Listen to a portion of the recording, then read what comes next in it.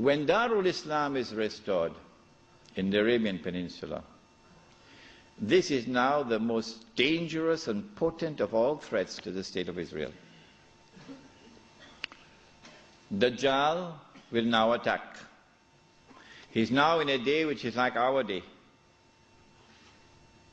And so we'll see him, a Jew, a young man, powerful, built, curly hair. But I'm not saying anything about his eyes because you understand the hadith about the eyes now. The Prophet ﷺ pointed his hands to the east 20 times. And he said he's going to come from the east. Jerusalem is northwest. When Israel attacked Jamal Abdel Nasser, although Israel is to the east of Egypt, Israel attacked from the west and destroyed the Egyptian Air Force on the ground in the Six-Day War. Similarly, Dajjal is not going to attack from the northwest. He attacks from the east. 20 times, said Muhammad alayhi salatu wasalam. You can come from the east. When he attacks, he's going to be riding on a donkey, which will travel as fast as the clouds, and which is have his ears stretched out wide. I'm going to Perth, inshallah, on Thursday on that donkey.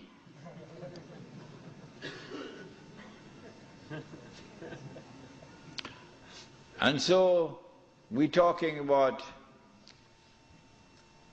fighter aircraft. And east of Medina and Mecca is the Saudi Air Force Base, which is now also an American Air Force Base in Dhahran. As they attack Mecca and Medina, the angels defend Mecca and Medina. This is there in Sahih Muslim. And the attack is diverted to Damascus. And then the confrontation takes place. Dajjal is outside and the Imam is inside the masjid. And now history repeats itself. The Jews are rubbing their hands. We got them now. There's no escape. We got them. We have them in our sights now. As someone else was rubbing his hands, as his army was approaching them, and in front of them was the sea, and behind them is the army, and they're rubbing their hands. We got them now. Who was he? Fir'aun. And so history repeats itself. But at the last moment, Allah subhanahu wa ta'ala says to Musa alayhi salam, take your rod and strike the water. And then the divine intervention took place, the miracle. And the believers were saved. وَإِذْ فَرَقْنَا بِكُمُ الْبَحْرَ فَأَنْجَيْنَاكُمْ وَأَغْرَقْنَا آلَ فِرْعَوْنَ وَأَنْتُمْ تَنْظُرُونَ. Now history repeats itself. As the Jews are rubbing their hands, we've got them now, we've cornered them. At that last moment, history repeats itself. The Son of Mary comes down with his hands resting on the wings of two angels. The first time he came, Allah raised a man. And when the Messiah came, he came in front of that man. And that man said, here he is, this is the man you've been waiting for, this is the Messiah. Who was that man? Yahya alayhi salam. So this is the divine method for positive identification. But Ibn Khaldun, may Allah bless him and have mercy on his soul, that great scholar, we are not fit to clean his shoes. Ibn Khaldun did not understand this. And Muhammad Iqbal, that great scholar, we are not fit to clean his shoes. But Muhammad Iqbal did not understand this.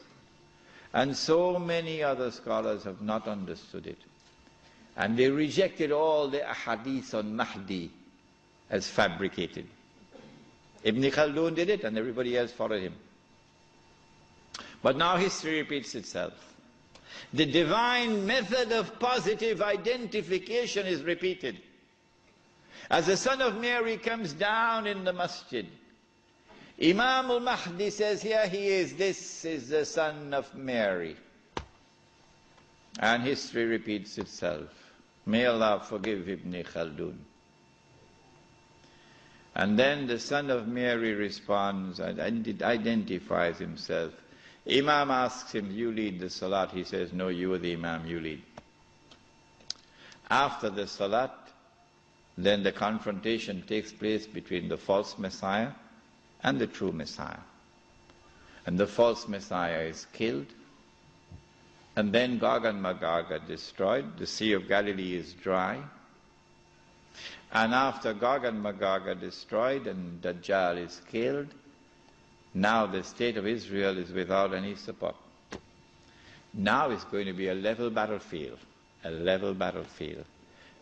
I may be wrong, but I suspect that there's going to be a massive collapse of the world of modern technology. I suspect that. And so horses are now going to be used once again. Yeah. The army now comes out of Khorasan, and that army attacks and destroys the state of Israel. The first time it was a Babylonian army. The second time it was a Roman army. And after the Roman army destroyed them and threw them out of the land, Allah said, وَإِنْ عُدْتُمْ عُدْنَا وَإِنْ عُدْتُمْ عُدْنَا. If you return with your fasad, we will return with our punishment. They return with their fasad. It's happening now before your eyes. And so Allah returns with His punishment. وَإِنْ عُدْتُمْ عُدْنَا. And so now the Muslim army destroys the state of Israel. It is at this time that the Prophet said, alayhi salatu wasalam, the hadith in Sahih Bukhari, Sahih Muslim, you will know who is the true leader amongst the Muslims today. Because he'll not be afraid to quote this hadith. And you will know those who betray Islam because they will never quote this hadith. Never. They'll lose their jobs. لَتُقَاتِلُنَّ الْيَهُودِ وَلَتَقْتُلُنَّهُمْ حَتَّى يَقُولُ الْحَجَرُ يَا مُسْلِمْ هَذَا يَهُودِيٌّ وَرَائِي فَتَعَالَ فَاقْتُلْ. If you're 17 years of age tonight, this is music in your heart. Yeah. If the beard is grey, well, things are not the same anymore.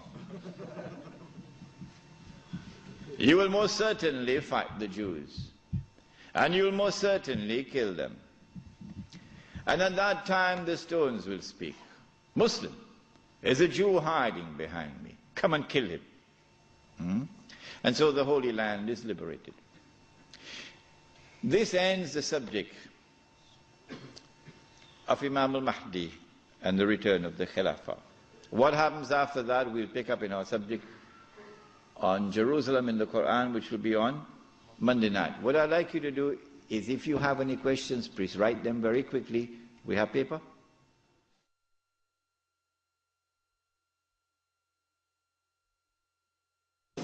Question 1. Please define the geography of Khorasan. Where is Khorasan? Khorasan, in the time of the Prophet ﷺ, has been researched by the eminent Pakistani scholar, Dr. Israr Ahmad, and he has explained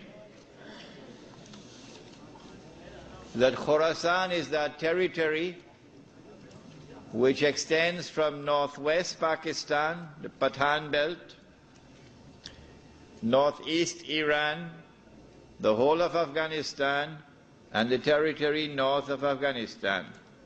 But clearly Afghanistan is in the heart of Khorasan. No. This territory has one thing distinctive about it, that Europe could never colonize the heart of Khorasan. The British tried when Britain was the ruling state in the world, and the British failed. And then the Russians tried when they had the superpower, the Soviet Union. And after 12 years, the Russians failed. And guess who is trying now? Yes. The war in Khorasan has just begun, Mr. Bush. It has just begun. On that day, when Islam liberates Afghanistan, I believe it is that army which will be unstoppable until it reaches Jerusalem.